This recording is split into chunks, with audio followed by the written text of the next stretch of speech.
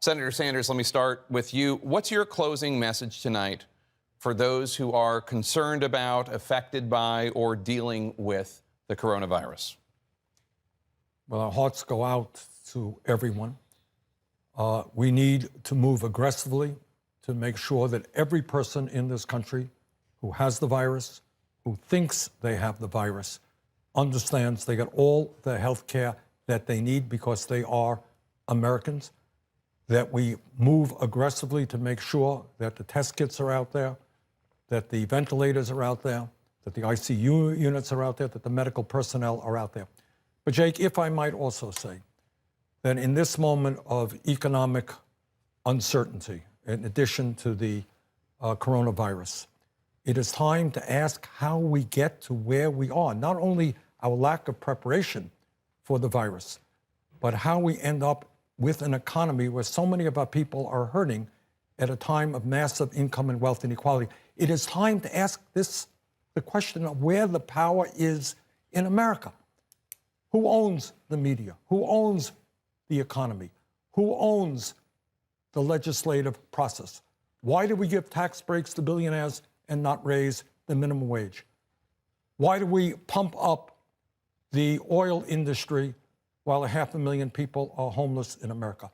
This is a time to move aggressively, dealing with the coronavirus crisis, to deal with the economic fallout, but it is also a time to rethink America and create a country where we care about each other rather than a nation of greed and corruption, which is what is taking place among the corporate elite.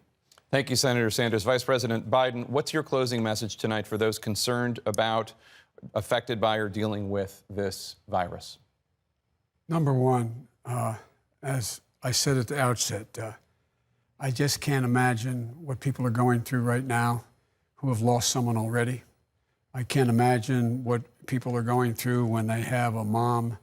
Like, for example, a good friend of ours is sitting outside the window of a nursing home where her mom is because she can't go in, trying to do sign language to her mom and through the window to be able to talk to her. I can't imagine the fear and I can't imagine the fear and concern people have. Number one of the things that I think we have to understand is that this is an all hands on deck. This is, as someone said, maybe it was you, Jake, at the outset, this is bigger than any individual. This is bigger than yourself. This is about America. This is about the world. This is about how we bring people together and make the kind of sacrifices we need to make to get this done.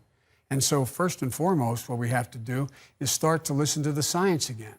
As I said, what we did, we met, and what I'd be doing today, I'd be sitting down in the Situation Room literally every day like we did at the outset of other crises we had when we were in the White House, and pulling together the best people in not just the United States, the world, and say, what are the prescriptive moves we have to take now to lessen this virus, to beat it, to go to the point where we can save more lives, get more people tested, get more people the kind of care they need. And then what do we do beyond that to make sure that the economic impact on them is, in fact, rendered harmless, that we, in fact, make sure every paycheck is met, every paycheck that's out there that the people are going to miss, that we keep people in their homes, they don't miss their mortgage payments, they don't miss their rent payments, making sure that they're going to be able to take care of education, and by the way, the education institutions are closing down right now. And so there's so many things we have to do. And in addition to that, what we have to do is we have to have the best science in the world to telling us what can stay open and what need be closed. Like I said earlier, the idea that we're closing schools, which I understand, but not being able to provide lunches for people who, in fact, need the school lunch program to get by. The idea that we would close any place that I can understand the decision made to close places where 100 or 50 people or more gather. But how do you keep open the drugstore to make sure you can get your prescription? How do you deal with the things that necessarily have to be kept going? And what's the way to do that? There should be a national standard for that. It should be coming out of the Situation Room right now. And by the way, the single most significant thing we can do to deal with the larger problem down the road of income inequality is get rid of Donald Trump. Donald Trump. He's exacerbated every single one of these problems, both the immediate urgent need and how we're going to hold people harmless for the damage done as a consequence of this virus.